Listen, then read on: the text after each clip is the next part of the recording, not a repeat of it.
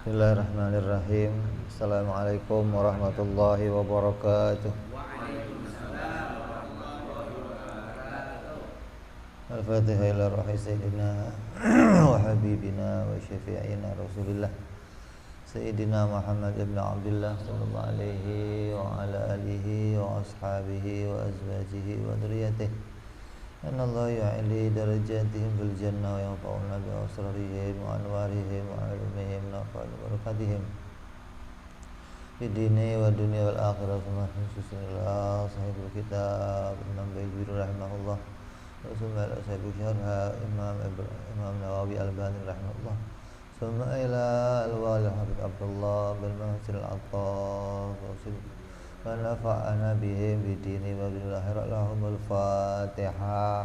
A'udzu billahi minasy syaithanir rajim. Bismillahirrahmanirrahim. Alhamdulillahirabbil alamin arrahmanir rahim maliki yaumiddin. Iyyaka na'budu wa iyyaka nasta'in ihdinas siratal mustaqim. Siratal ladzina an'amta 'alaihim ghairil maghdubi 'alaihim waladdallin. Amin. Bismillahirrahmanirrahim. Alhamdulillahirabbil alamin. Wassalatu wassalamu ala asyrafil anbiya'i wal mursalin sayyidina wa habibina wa syafi'ina wa maulana Muhammadin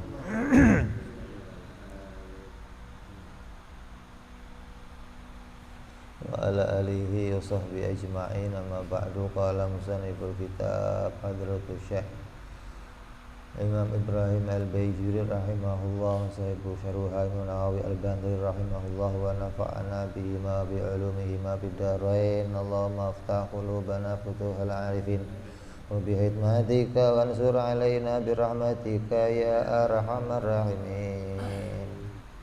Ila anqal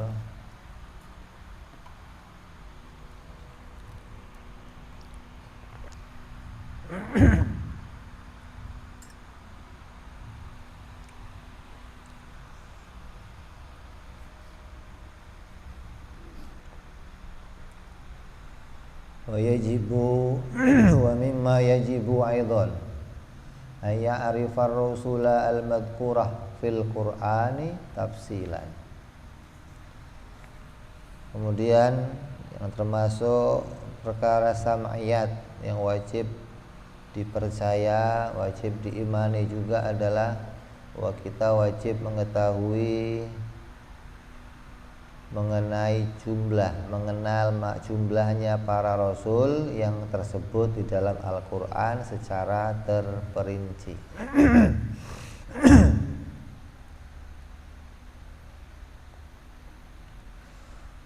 Wa yakfi fil imani bikulli minhum ayyakuna bi khaitsu law su'ila an risalatihi la tarofa biha wala fala yajibu ayashrudahum an khifdin. Yang dimaksud dengan wajib bagi tiap-tiap mukallaf untuk mengenal para rasul itu bukanlah wajib mengenal mereka secara urut-urutan dalam hafalan. Kan para nabi itu turun secara berurutan. Nabi Adam, terus Nabi Idris, terus Nabi Nuh, Nabi Hud, Nabi Saleh, Nabi Ibrahim, terus nih. Kalau nggak hafal secara urut-urutan itu tidak berdosa. Yang penting tahu semua nama-namanya gitu. Hafal nama-namanya. Walaupun enggak hafal urutan kerasulannya gitu loh. Mana yang lebih dulu antara Nabi Musa sama Nabi Ibrahim? Wah, enggak tahu saya, enggak apa-apa. Yang penting kamu tahu mereka semua adalah rasul, utusan Allah. Begitupun di dalam Al-Quran, di Quran juga tidak disebutkan secara berurutan, enggak gitu loh. Sehingga kalau kamu mau ambil patokannya langsung dari Quran, di Quran tidak disebutkan nama-nama mereka secara berurutan, disebutkan secara kelompok demi kelompok. Quran menyebutkannya per kelompok, bukan berurutan dari diutusnya yang pertama sampai Nabi kita Muhammad SAW. Maka kamu cukup tahu nama-nama mereka. Artinya Anda disebut Nabi Adam, oh ya itu Rasul, kamu tahu. Anda disebut Nabi Nuh, ya itu Rasul, kamu tahu. Maka kamu tahu mereka statusnya sebagai Rasul dan kamu mengakui kerasulan mereka. Tidak seperti orang-orang Yahudi dan Nasrani. Mereka iman, Nabi Adam iman, Nabi Nuh, Hud, Soleh iman. Tapi ketika Nabi Isa enggak iman. Enggak ada Nabi Isa. Nabi Isa bukan Rasul katanya. Nabi Muhammad apalagi. Nah kalau kata orang Nasrani, mereka juga iman semuanya. Ketika ditanya Nabi Muhammad Rasul bukan Rasul. Berarti ada yang enggak diimani dari Rasul Allah. Kalau kita umat Islam semua kita imani. Mau Nabi Musa, mau Nabi Isa, semua kita imani mereka adalah utusan Allah. Makanya bisa sampai ke Nabi kita yang terakhir karena setiap Nabi itu bersambung ke Nabi yang sebelumnya, bagaikan rantai gitu loh. Kalau kamu lihat tasbih yang direnteng turun sampai 25, kalau yang ke satu itu masih nangkring di atas, berarti yang bawah masih ada. Kalau dicopot yang bawah turun, ya ini bubar semua gitu loh. Jadi ketika munculnya Nabi Muhammad SAW yang terakhir, berarti itu akan bersambung ke yang pertama dulu. Kait. Hanya buktinya Nabi Adam itu ada apa? Ya Nabi Muhammad ada gitu loh. Yang bukti yang paling Rasulullah simpulnya terakhir kan. Kunci. Nggak muncul lagi kan. Jadi ketika yang bawah itu ada, ya berarti bersambung terus ke yang ke atas. Maka semua nabi itu pada satu misi, pada satu jalur, pada satu tujuan, yaitu mentauhidkan Allah Subhanahu wa ta'ala. Maka kita harus tahu mereka semuanya adalah utusan-utusan Allah, dan kita harus tahu pula nama-nama mereka. Tidak wajib mengurutkan mereka di dalam hafalan. Waman ankara wahidan minhum ba'da'an alimahu kufrun. Dan siapa yang mengingkari mereka setelah tahu bahwa itu adalah Rasul, diberitakan itu adalah Rasul, maka hukumnya kafir. Beda kalau belum tahu. Kan ini sam'iyat kan. Sam'iyat kan berarti nggak bisa dipikir, harus dapat informasi. Sebelum dapat informasi kamu menolak, ya nggak kafir. Tapi setelah diinformasikan, oh itu Rasul, terus kamu nolak, oh saya nggak cocok sama Rasul itu loh, ya ini nggak boleh. Kalau mau cocok nggak cocok nggak ada urusan. Wajib kamu iman, wajib kamu mengakui kerasulannya. Wa amma ghairuhum minar rusuli wal anbiya fayajibu alaihi ay kulli mukallafin ay ya'rifahum ay ghairal madhkurina fil Qur'an ijmalan. Adapun rasul-rasul yang lain, selain yang jumlahnya 25, maka Allah juga mengutus yang jumlahnya kita nggak ngerti. Nggak ngerti itu ulama berbeda-beda pendapat tentang jumlah mereka. Ada yang mengatakan Rasul jumlahnya 313, ada yang mengatakan 314, ada yang mengatakan 315. Ini menunjukkan nggak satu pendapat. Lah, ketika nggak satu pendapat, kalau kita ambil salah satunya, maka kemungkinan benar, ya kemungkinan salah. Nah kalau salah gimana? Ya bisa nambahin, bisa ngurangin gitu loh. Maka yang paling bagus bagaimana? Jumlahnya banyak, nah, begitu selesai. Jadi Allah mengutus para rasul selain yang 25 itu jumlahnya banyak. Lah berapa? Enggak tahu. Maka pengetahuan yang demikian disebut namanya pengetahuan secara ijmali gitu loh. Kayak yang ngaji di Masjid Nur Tauhid berapa orangnya? Banyak. Kalau banyak kan kamu nggak ngerti jumlahnya gitu. Beda kalau terperinci, yang ngaji berapa jumlahnya? Oh 10 siapa aja? Oh ada fulan, disebutkan satu persatu namanya apa? Terperinci gitu loh. Nah, kamu harus bisa menyebutkan 25 rasul secara terperinci, itu wajib bisa. Walaupun nggak berurutan. Adapun nabi-nabi yang lain kamu nggak wajib menyebutkannya karena memang ada nama yang diceritakan dalam Al-Quran, ada yang tidak diceritakan. Maka jumlahnya kita nggak tahu secara pasti, maka cukup mengetahuinya secara ijmal bahwa saya iman Allah mengutus para rasul yang jumlahnya lebih dari 25. Berapa? Banyak. Begitu selesai. Ya kita nggak menjumlah pada jumlah tertentu. Nah kalau Nabi berapa jumlahnya? Banyak. Ada yang beritahu bahwa Nabi itu jumlahnya ada 124.000 Nabi. Ada yang mengatakan lagi kurang dari itu, ada yang mengatakan lebih dari itu. Berarti ulama beda pendapat. Maka kita nggak bisa mengambil salah satunya untuk mastiin ini yang paling benar, nggak bisa. Maka yang paling aman kita mengimani jumlahnya para nabi yang diutus Allah selain yang 25 jumlahnya banyak. Nah yang 25 ini apa? Yang 25 ini nabi dan rasul. Ada apa? Nabi, ada rasul. Kalau rasul pasti nabi. Kalau nabi belum tentu rasul. Jadi beda nih. Kalau yang 25 ini apa? Nabi dan rasul. Maka disebut Rasulullah. Kalau sudah Rasulullah ya pasti nabi. Tapi kalau statusnya hanya nabi belum tentu sebagai rasul. Bedanya apa sih nabi dan rasul? Sudah kita bahas kemarin.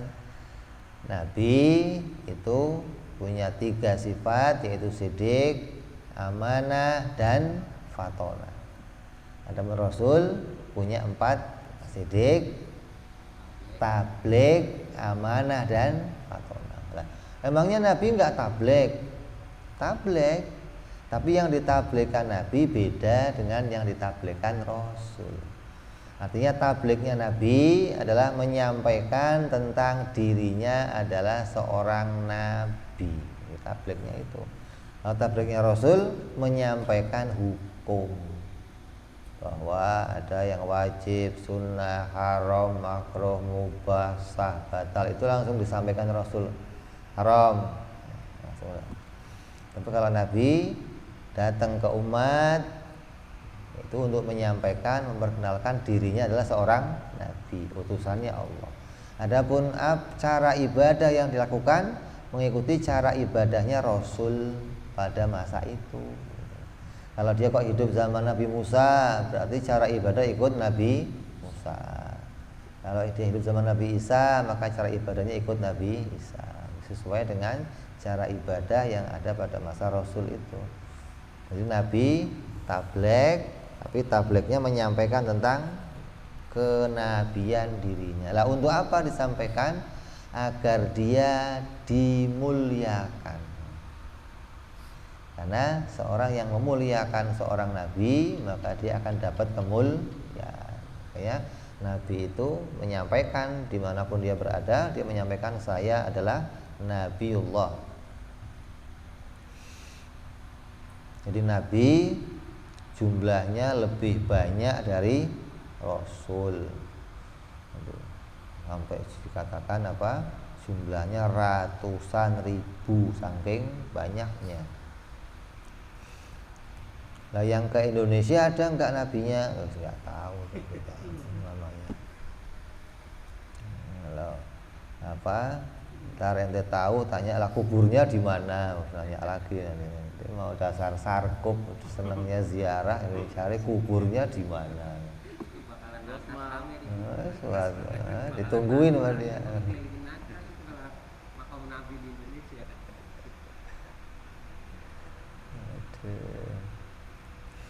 Jadi ada iman secara tafsil, ada iman secara ijmal. Seperti kemarin tentang Al-Quran, ada iman secara tafsil, ada iman secara ijmal. Al-Quran yang diimani secara tafsil berapa? 4. Apa? Ada Zabur, Taurat, Injil dan Al-Quran. Ijmalnya berapa? Banyak. Kita nggak tahu satu persatunya, yang paling aman ngomong banyak. Begitupun Rasul, secara tafsil berapa jumlahnya Rasul? 25. Kenapa 25? Disebutkan langsung dalam Al-Quran. Begitupun Quran, begitupun tentang kitab suci disebut langsung dalam Quran, dalilnya langsung. Nah, adapun yang lain kita harus tahu secara ijmal. Fayajibu tasdiqu bi annallaha rusulan wa anbiya'a. Maka wajib kita mengetahui, kita mempercayai tasdik, membenarkan bahwa Allah Subhanahu wa taala mempunyai utusan-utusan, rasul-rasul dan nabi-nabi ala ijmali, atas jumlahnya atau mengetahui secara hanya ijmal atau garis besarnya saja.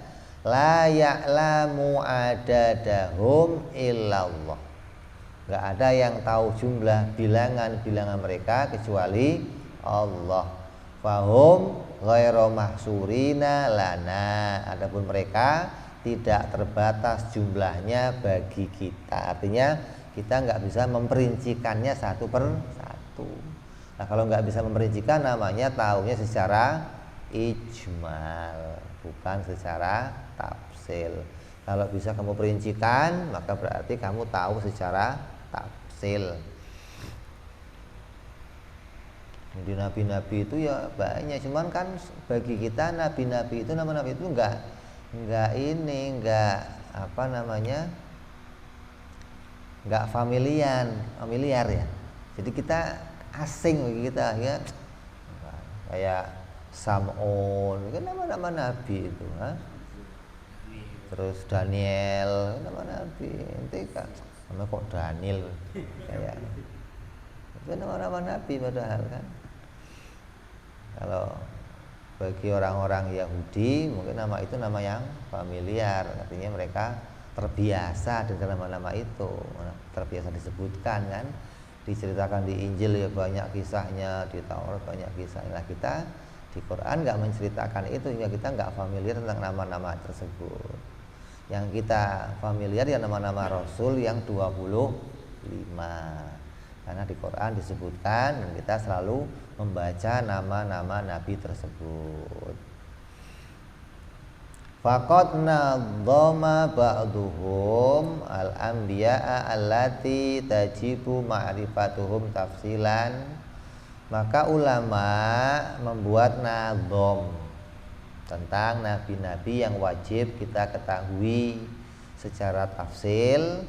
Untuk memudahkannya dibikin sebuah nadzom. Apa nadzomnya?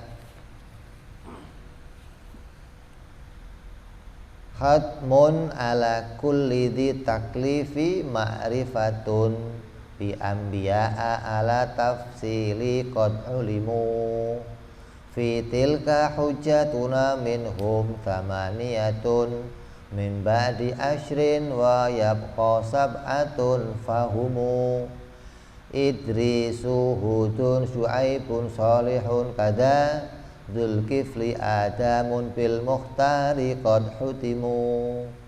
Ini nadzom yang dibikin oleh para ulama agar memudahkan kita menghafalkannya. Apa itu nadzomnya? Wajib atas setiap mukallaf ma'rifat, yaitu mengenal Apa yang dikenal bi anbiya, para nabi-nabi, ala tafsir secara rinci, qad ulimu yang telah diketahui. Fi tilka hujjatuna minhum thamaniyatun, dan tersebut di dalam ayat fi tilka hujjatuna, di antara mereka ada 18. Mimba di ashrin wa yabqa sab'atun wa humu, sisanya 7 orang nabi, maka mereka adalah Nabi Idris, Nabi Hud, Nabi Syuaib, Nabi Saleh, begitupun Nabi Zulkifli, Nabi Adam, dan Nabi Muhammad sallallahu alaihi wasallam, nabi terpilih, sungguh telah menjadi penutup.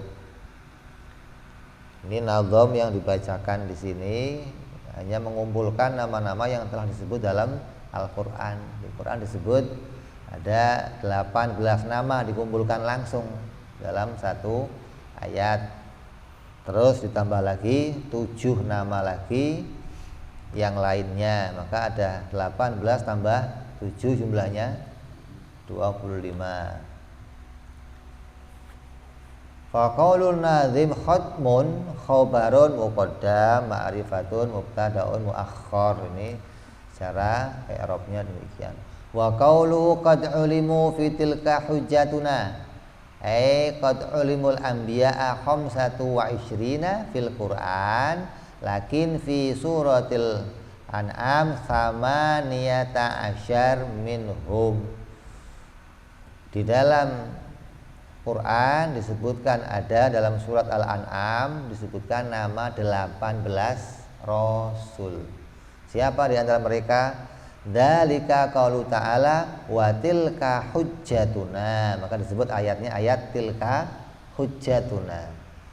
Atainaha Ibrahima ala qaumihi narju darajatin man nasya inna rabbaka hakimun alim. Wahabna lahu ishaqa wa yaquba kullan hadaina wa nuhan hadaina min qablu wa min dzurriyyatihi Dabuda wa Sulaimana wa Ayyuba wa Yusufa wa Musa wa Harun wa kadzalika najzil muhsinin wa Zakaria wa Yahya wa Isa wa Ilyas kullum minas sholihin wa Ismaila wal Yasa'a wa Yunusa wa Luta wa kullam faddalna 'alal alamin. Disebut di sini ada 18 nama nabi yang disebutkan, dikelompokkan langsung oleh Allah Subhanahu wa taala. Fallahu ta'ala dzakarahuna 18 nabiyan. Dalam ayat itu Allah menyebutkan 18 nama nabi min ghairi tartib, dengan tidak berurutan. La bihasabi zaman wala bihasabil fadli, tidak terkait dengan urut-urutan masa diturunkannya, dan tidak pula berurutan tentang keutamaannya. Kan mengurutan itu bisa saja diurutkan dari arah munculnya, ya kan? Oh, ini munculnya ini dulu, setelah itu ini, atau diurutkan dari arah kemuliaannya, yang mulia dulu baru nanti yang. Tapi di ayat itu tidak disebutkan urut-urutan secara masa ataupun keutamaan. Walakin huna latifatun aujabati tartib bahuna wa ya innallaha dzakara awwalan Nuhan wa Ibrahima wa Ishaqa wa Yaquba li'annahum usulul anbiya. Akan tetapi di sini ada faedah yang lembut yang bisa kita lihat, yang mana faedahnya adalah menyebabkan penertiban. Artinya menyebutkan nama-nama secara tartib, seperti disebutkan oleh Allah yang pertama kali adalah Nabi Nuh, terus Nabi Ibrahim, Nabi Ishak, dan Nabi Yakub. Ini pendahulu para nabi. Nabi Nuh, bapaknya Bashar yang kedua, Nabi Ibrahim, Abul Anbiya. Terus Nabi Yakub, Nabi Ishak. Ini juga menurunkan nabi-nabi yang banyak keturunan dari mereka. Maka disebutkan dulu sebagai puncaknya kenabian.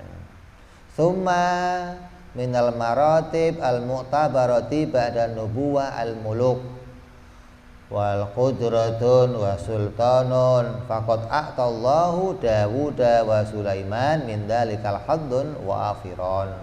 Maka kemudian dari segi martabat yang diperhitungkan setelah kenabian yaitu raja-raja yang berkuasa, maka disebutkan oleh Allah Subhanahu wa taala Nabi Dawud dan Nabi Sulaiman dengan bagian yang benar. Disebut langsung di kelompok pertama Nabi Nuh, Nabi Ibrahim, Nabi Ishak, Nabi Yakub. Kelompok bapak-bapaknya para nabi. Terus kelompok kedua nabi-nabi yang menjadi raja.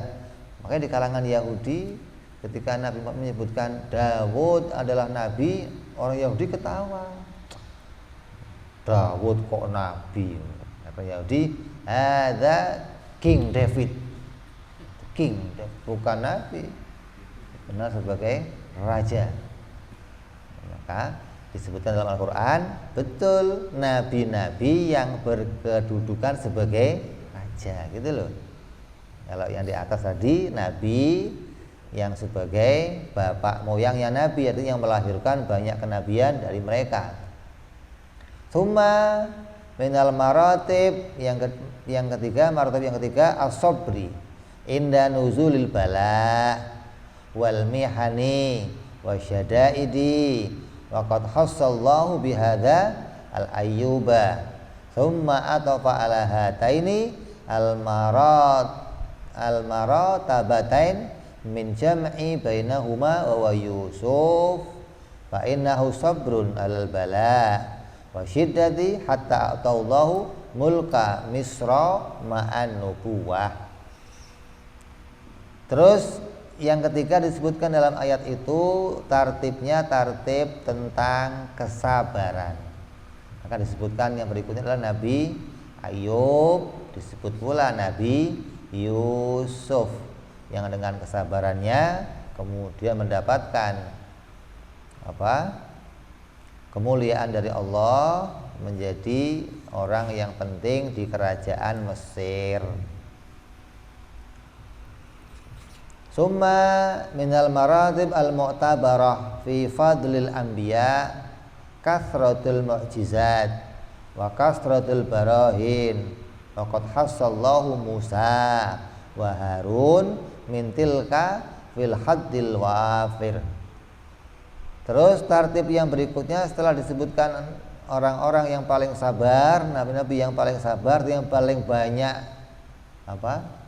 ujiannya, disebutkan pula nabi yang paling banyak mukjizatnya. Artinya yang paling disebutkan banyak di Quran mukjizatnya, yaitu Nabi Allah Musa dan Nabi Harun alaihi wassalam. Nabi Musa disebutkan berapa mukjizat.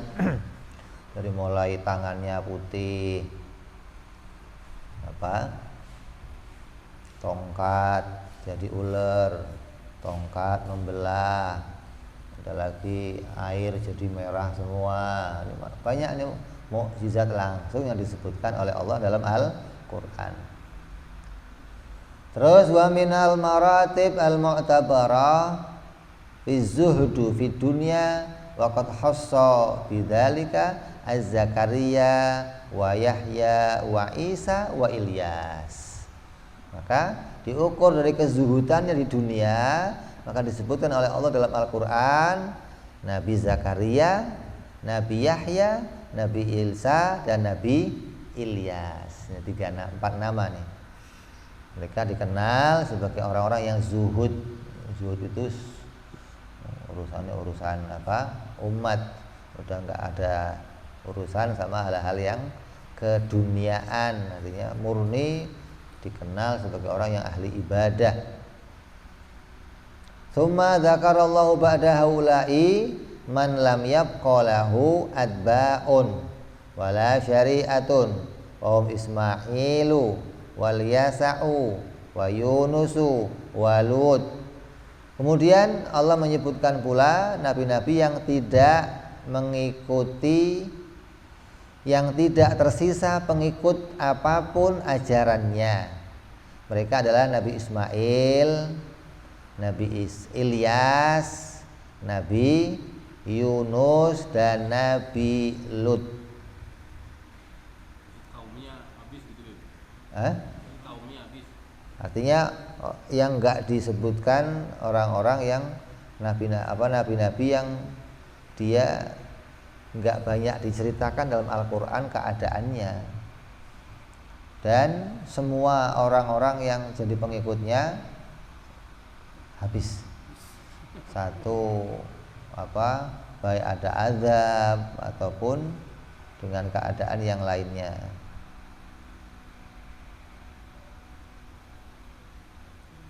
Berapa itu tadi? Yang pertama, bapaknya para nabi, para penguasa yang sabar. Terus yang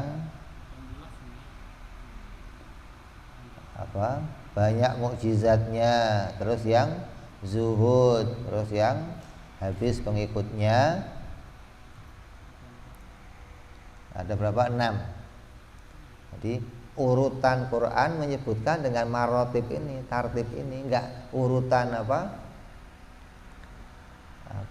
kemunculan atau enggak urutan ya, tapi kelompok per kelompok. Yang raja disebut sama raja, yang penyabar disebut penyabar, yang banyak keturunan.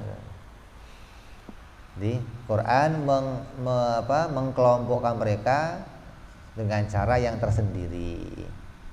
Fa idza i'tubirat hadzal latifah, kalau kita mau mengambil menghitung perhitungan ini, kana hadza tartibu hasanan, maka urutan ini adalah urutan yang bagus. Saya kalau ente mau mengelompokkan nama-nama ini dengan cara ente sendiri ya boleh. Oh, ini kelompoknya yang pertama kelompok ini, ente mau namain ya terserah ente, ente mau namain nih. Tapi dengan apa yang ditunjukkan para ulama ini adalah petunjuk yang bagus, bahwa pengelompokan ini adalah pengelompokan yang sesuai dengan apa yang diberitakan para ulama. Ini sudah sangat bagus, dikelompokkan dari arah yang punya keturunan nabi, dikelompokkan dari arah yang menjadi raja, dikelompokkan dari yang paling penyabar. Maka ini pengelompokan yang paling bagus.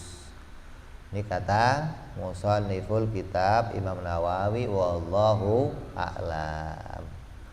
Wa qaulun nazim wa yabqa sab'atun, maka perkataan nazim, orang yang membuat nadhoman, wa yabqa sab'atun, maka tersisa 7.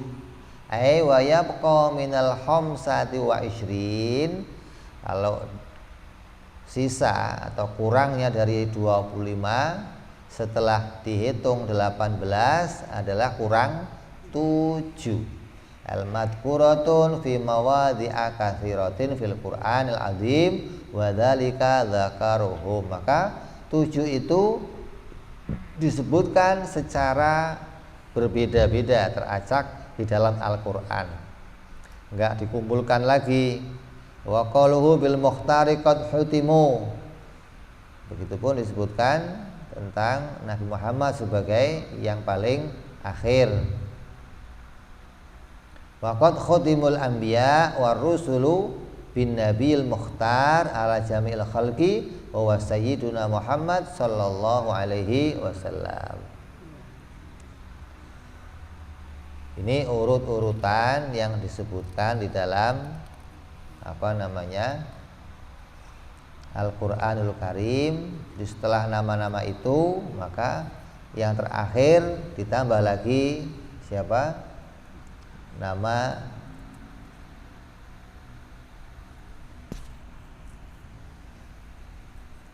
18 ditambah 7. 7 yang akhir siapa? Nabi Idris, Nabi Hud, Nabi Syuaib, Nabi Soleh, Nabi Zulkifli, Nabi Adam, dan Nabi Muhammad Sallallahu Alaihi Wasallam.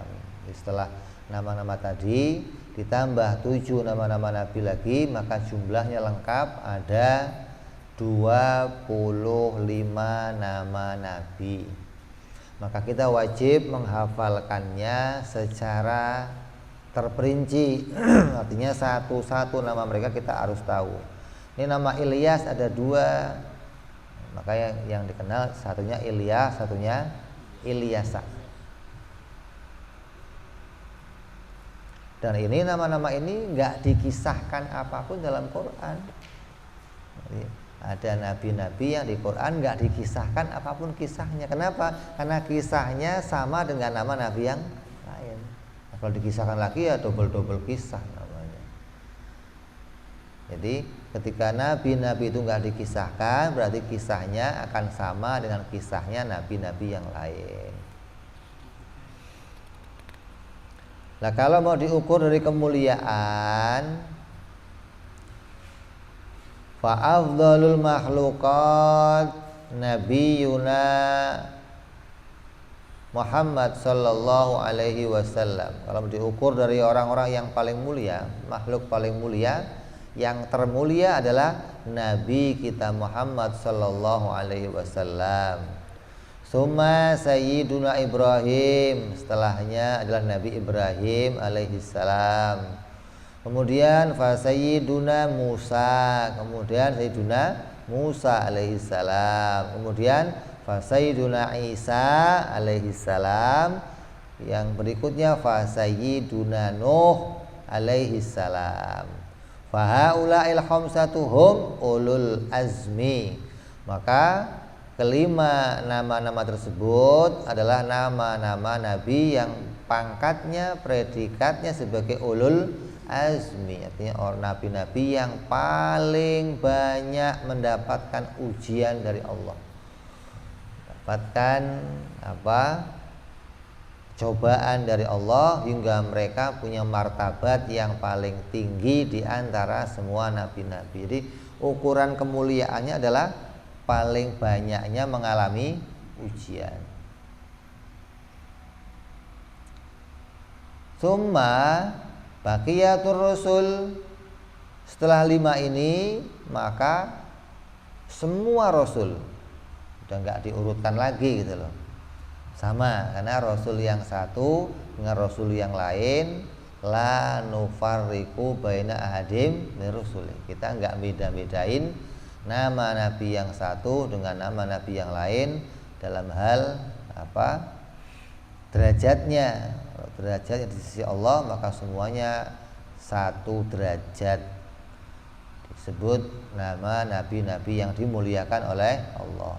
Adapun yang 5 tadi dikhususkan, itu perbedaan para ulama. Ada yang mengatakan ulul azmi yang enggak cuma 5 tapi ya lebih dari itu.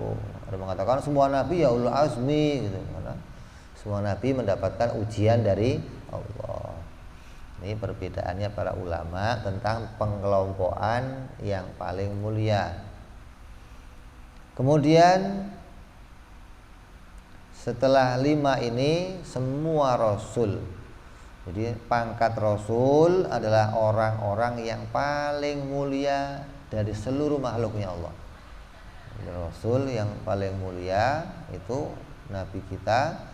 Dan begitupun seluruh rasul yang lain adalah makhluk yang paling mulia di dunia.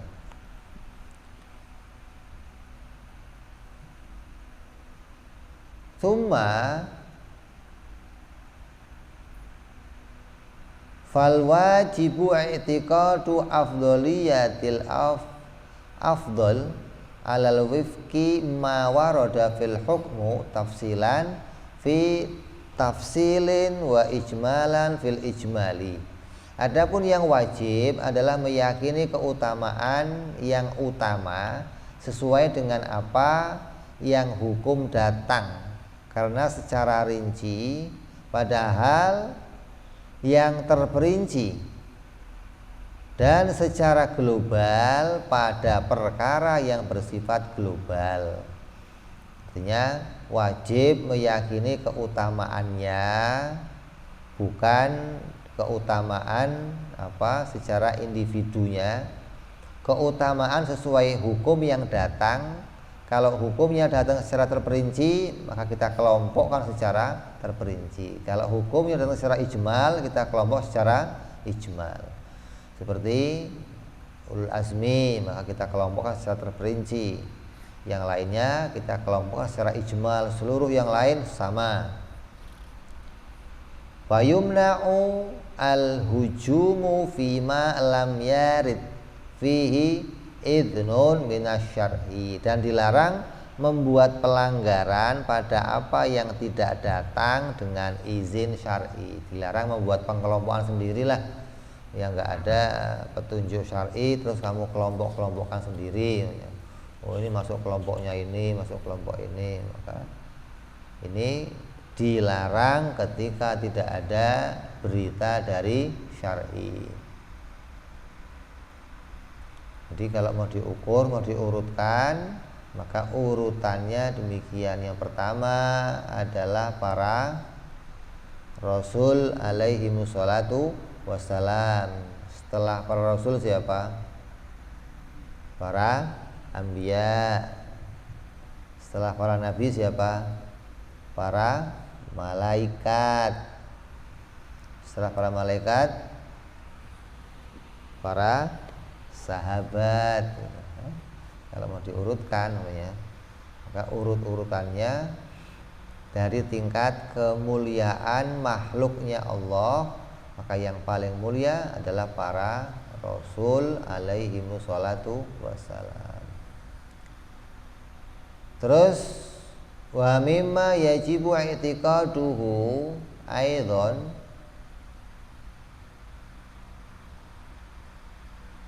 anna qurnahu sallallahu alaihi wasallam afdalul quruni thumma al-qarnul ladzi ba'dahu thumma qarnul ladzi ba'dahu. Dan yang wajib pula diyakini juga adalah bahwa kurunnya Nabi sallallahu alaihi wasallam adalah sebaik-baiknya kurun, seutama-utamanya kurun, semulia-mulianya kurun. Kemudian menyusul kurun yang setelahnya, kemudian muncul kurun pula yang setelahnya.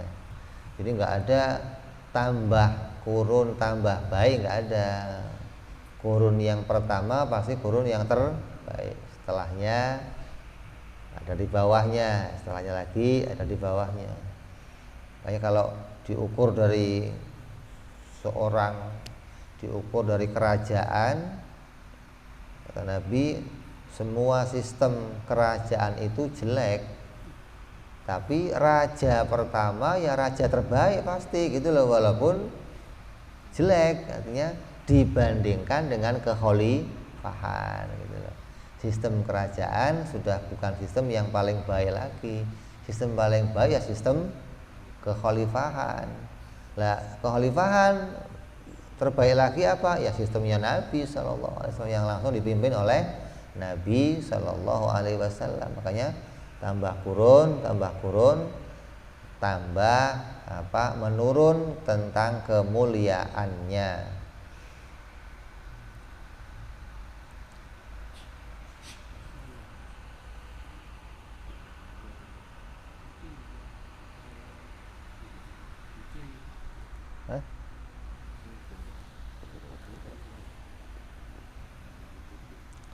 Itu mau nunjukin wilayah namanya, teritorial, wilayah kekuasaan gitu. Ya, ini tentang bagaimana kurun yang paling mulia adalah kurunnya Nabi Shallallahu Alaihi Wasallam.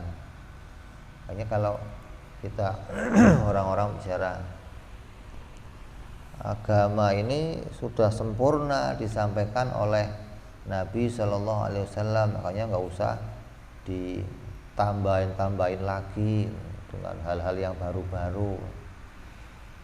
Kalau nambahin lagi berarti kayak zaman Nabi belum sempurna. Nabi kan sudah sempurna menyampaikan semuanya. Ya. Kalau dipahami secara kaku, maka ya dianggap agama itu ya harus sesuai plek, harus monoton seperti apa yang dikerjakan Nabi, dari mulai cara berpakaian, dari mulai cara makan, dari mulai cara kehidupan. Kalau mau diartikan agama hanya sebatas Nabi itu sudah praktek secara terperinci, bahkan enggak demikian. Yang disampaikan Nabi itu garis-garis besar, tinggal kejadian apapun yang setelahnya ya harus mengikuti garis besar, karena hukum itu berjalan taduru ma'illatihi. Bagaimana kejadiannya maka bisa akan menjadi sesuatu, perjalanan hukumnya bisa berbeda gitu loh. Jadi nggak terus dilihat hukumnya harus semuanya mengikuti apa yang di zaman Nabi. Kalau zaman Nabi nggak ada ya kita nggak boleh mengada-ngadakannya gitu. Sehingga ya mata pelajaran nggak boleh ada. Di zaman Nabi nggak ada pelajaran fikih, pelajaran tajwid, pelajaran tauhid, nahwu shorof, nggak ada di zaman Nabi. Kalau begitu ya kita nggak boleh mengada-ngadakannya. Kalau dianggap zaman Nabi sudah sempurna, maka sudah tidak usah disempurnakan lagi. Sudah tiru persis di zaman Nabi. Ya mestinya kan bicara zaman Nabi langsung diajarkan oleh Nabi. Orang-orang yang menerima juga orang-orang yang sempurna, kurun yang terbaik. Makanya kalau dikatakan ada satu orang sahabat sekarang yang dididik Nabi, sebodoh-bodohnya sahabat kok hidup sekarang, jadi kubarok. Artinya jadi pembesar, orang-orang yang istimewa yang langsung mendapatkan sesuatu dari Nabi Shallallahu Alaihi Wasallam. Betapa luas pengetahuan yang mereka peroleh gitu loh. Jadi jangan dianggap kalau kita sekarang nambah-nambahin semua itu bukan dianggap zaman itu belum sempurna, kita menyempurnakannya, bukan. Zaman sekarang memang keadaan perjalanan keagamaannya berbeda dengan masa itu. Kompleknya kehidupan, tambah majunya kehidupan, banyaknya hal-hal yang baru, maka juga membutuhkan hukum yang baru. Enggak terus pokoknya kalau sudah itu ya itu nggak boleh yang lain. Ini hali, yang satu hali, jadi dikejar-kejar. Kalau nggak hali enggak. Dia cari-cari, sana rame, ini rame,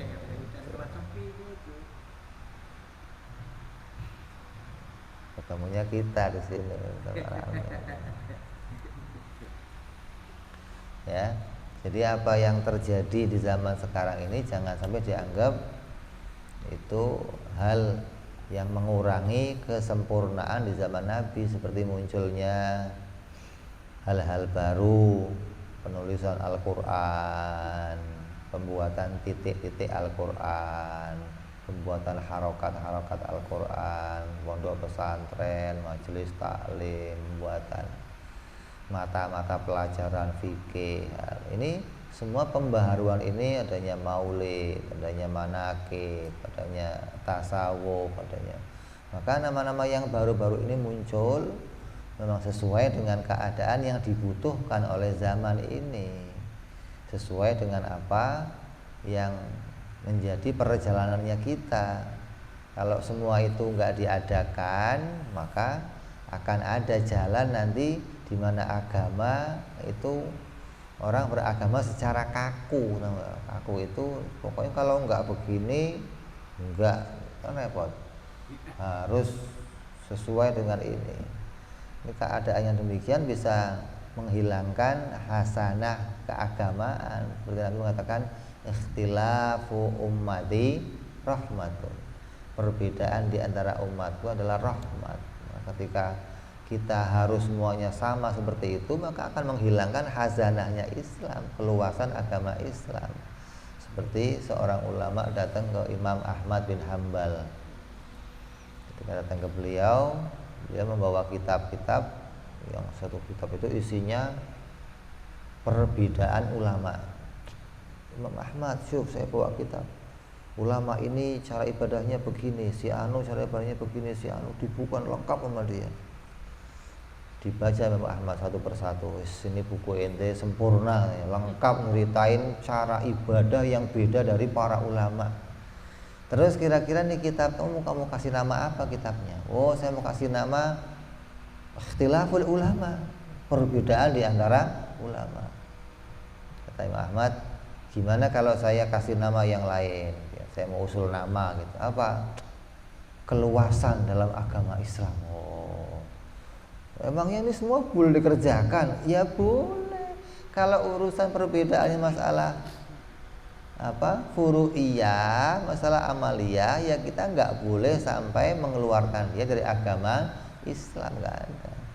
Nah, kamu nggak boleh mengatakan orang yang mengerjakan sesuatu yang nggak dikerjakan Nabi berarti dia termasuk nambahin agama, maka dia termasuk orang yang wah bahaya itu. Bukan berarti setelah sempurna apa yang diajarkan Nabi kita nggak boleh nambahin, nggak.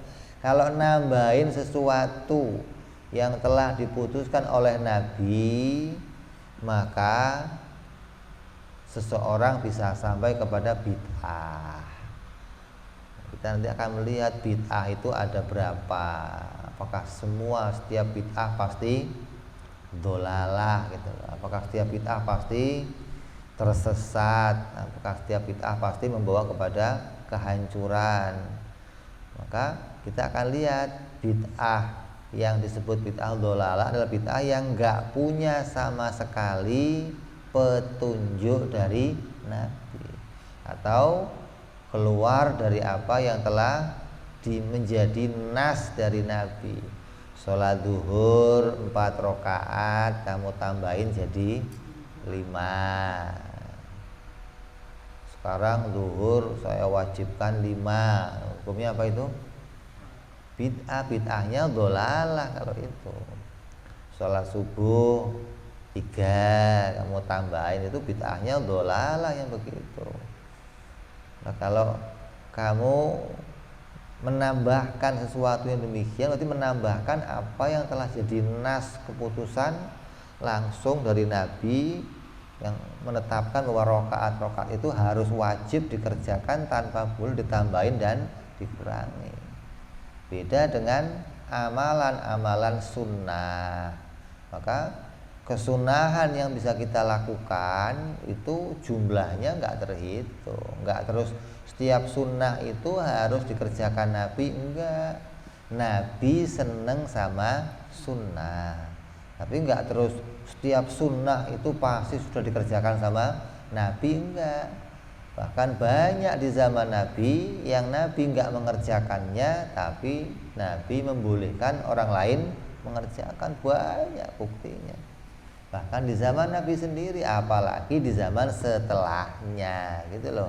Jadi jangan dianggap ketika kita mengetahui kurun yang paling mulia kurunnya Nabi, terus mengatakan bahwa kurun setelahnya itu adalah orang-orang yang ketika berbuat sesuatu yang lain dari Nabi berarti menambah-nambahkan dan itu tersesat. Enggak demikian. Nanti kita akan lihat kapan sih mulai pembuatan pengumpulan Al-Quran, pembukuan Al-Quran, kapan mulainya pembuatan titik Al-Quran, kapan mulainya, hingga kita tahu bahwa semua penambahan ini bukan terus menjadi bid'ah yang dolalah gitu loh. Kalau ayat yang 6666 kamu tambahin 1 ayat, nah itu dolalah namanya. Kalau kamu nggak nambahin yang menunjukkan khilaf dengan apa yang terjadi pada zaman Nabi, nambahin titik bid'ah nggak bid'ah. Lah maksudnya apa? Bid'ah hasanah. Kok hasanah? Orang jadi terbantu gitu loh. Jadi tahu, oh kalau ini bacaannya dibacanya nun, nahnu, atau inna, pakainya ini nun. Nah kalau nggak pakai itu gimana? Ini iba apa iya apa ini? Ya, kok nggak ada titiknya? Kan repot ini. Yang bisa baca Quran yang zaman Nabi itu hanya yang hafal Quran. Kalau nggak hafal Quran nggak bisa baca. Wong itu ditulis hanya sebagai kode-kode penghafal Quran biar nggak lupa gitu loh. Makanya nggak pakai titik, nggak pakai. Nah, kalau ente yang baca ya ini apa? Apalagi ada yang baca. Aduh. Yang banyak titiknya yang bisa. Yang gondrong aja susah, apalagi yang gundul. Jadi penambahan itu jangan dianggap keluar dari keutamaan. Itu justru memudahkan orang setelahnya untuk menerima agama secara baik. Karena tambah menurunnya kemampuan generasi berikutnya, maka perlu diperjelas. Enggak seperti zamannya Nabi dengan penyampaiannya sedikit langsung paham. Orang setelahnya enggak begitu, perlu didetailkan, perlu diperjelas. Kenapa? Karena sudah tingkat kemampuannya, tingkat keadaannya berbeda pada zaman Nabi Shallallahu Alaihi Wasallam. Zaman Nabi penghafal Quran itu ya bisa tiap sahabat, bisa banyak sahabat yang penghafal Quran, karena betul-betul kemampuannya untuk menghafalkan begitu hebat. Di zaman itu belum tergantung kepada yang lain. Menghafal itu betul-betul masih menjadi andalan mereka untuk mencari pengetahuan. Kalau kita sekarang udah nggak ada orang hafalan. Ente nomor HP kawan aja nggak tahu sekarang. Tahu nomor HP bini ente lah tahu? Nggak ngerti itu berapa. Taunya namanya doang, sayang. Udah nggak tahu berapa nomornya. Tahu nomornya berapa? Nggak ngerti. Cek dulu. Karena sudah nggak membutuhkan hafalan. Zaman itu mengandalkan hafalan hingga banyak orang yang betul-betul bisa menghafalkan Al-Qur'anul Karim. Hingga tingkat kemuliaan para nabi, tingkat kemuliaannya sahabat ini betul-betul mendapatkan pendidikan langsung dari Nabi Shallallahu Alaihi Wasallam. Ini adalah kurun yang paling mulia, adalah kurunnya Nabi.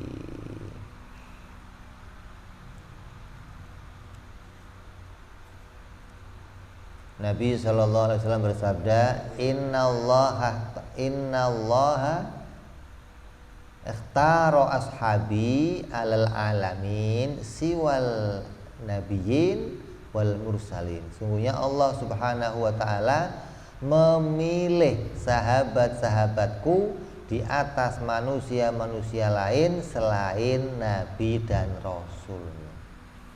Kalau nabi dipilih, rasul dipilih, maka yang jadi sahabat juga dipilih gitu loh. Enggak coba saya jadi sahabat, ya enggak kelasnya ini. Sama saya ngomong coba saya jadi nabi, lagi ngimpi apa ini jadi nabi. Mau jadi sahabat aja dipilih sama Allah, mau dijadikan sahabatnya Nabi. Itu orang-orang khusus. Kok sampai ada orang nyalahin sahabat, mengatakan sahabat penuh dosa, sahabat maksiat, sahabat khianat sama Nabi. Ya Allah, mau dipilih sama Nabi kok khianat, bagaimana? Oh, no, waktu zaman Nabinya belum khianat, begitu meninggal baru khianat. Ini ada lagi dikarang lagi ya. Setelah Nabinya meninggal baru khianat. Waktu zaman Nabi enggak khianat. Ya, kita enggak usah ikut-ikut sama mereka. Ini pentingnya i'tiqad, pentingnya akidah, sehingga kita bisa punya pegangan menyikapi tentang bagaimana kemuliaan mereka, seperti para malaikat. Ada nggak malaikat maksiat? Nggak ada, gitu dong. Ketika ada berita, oh ada malaikat yang maksiat begini, nggak ada. I'tiqad menetapkan kita wajib meyakini para malaikat maksum, terjaga dari kesalahan.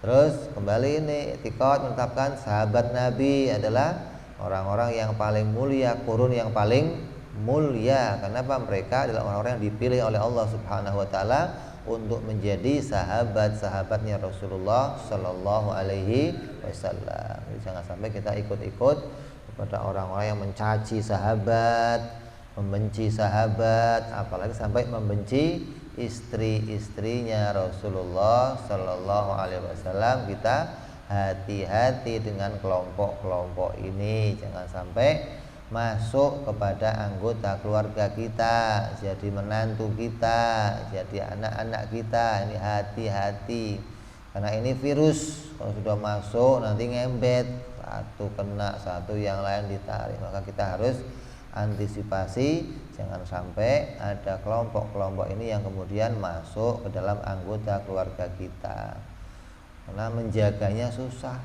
Dulu para habaib, kakek moyangnya habaib dari negeri Irak yang subur kemahrifah, rela untuk pindah ke negara Yaman, ke Hadramut, demi menyelamatkan anak cucunya dari kerusakan yang seperti itu. Ya, jangan sampai kita mengikuti jalan jejak itu yang sampai menghancurkan tujuan misinya para pendahulunya, para habaib, untuk menyelamatkan anak cucunya agar tetap berakidah Ahlus Sunnah wal Jamaah. Ikuti akidah Imam Abu Hasan Al-Asy'ari agar kita selamat di dunia sampai di akhirat insya Allah. Mudah-mudahan kita semua tetap ada pada jalannya para anbiya, jalannya para rasul, jalannya para aulia, jalannya para pendahulu kita, hingga kita tetap sampai kepada keridhaannya Allah Subhanahu wa taala. Amin ya rabbal alamin. Kita masuk malam berapa ini? 21 ini ya, malam ganjil. Mudah-mudahan kita kebagian malam Lailatul Qadar insyaallah. Amin ya rabbal alamin. La hadratin Nabi. Al-Fatihah. A'udzu billahi minasyaitonir rajim. Bismillahirrahmanirrahim. Alhamdulillahirabbil alamin arrahmanir rahim maliki yaumiddin. Iyyaka na'budu wa iyyaka nasta'in. Ihdinas siratal mustaqim. Siratal ladzina an'amta 'alaihim ghairil maghdubi 'alaihim waladdallin. Amin. Ya Rabbana i'tarafna بأننا اقتربنا وأننا أسرفنا للظى أشرفنا فتب علينا توبة تغسل كل حوبة واستر لنا عوراتي وآمن رواتي واغفر لوالدينا ربي ومولودينا والأهل والإخوان وسائر الحلان وكل ذي محبة أو جيرة أو صحبة والمسلمين أجمع آمين ربي اسمع فضلا وجودا منان تسابي منا بالمصطفى رسولنا الله بكل سولي صلى عليه عند الحب وآله وصحبه عدد ضعف صحبه والحمد للإله في البدء والتناهي سبحان ربك رب العزة عما يصفون سلام على المرسلين والحمد لله رب العالمين. Assalamualaikum warahmatullahi wabarakatuh.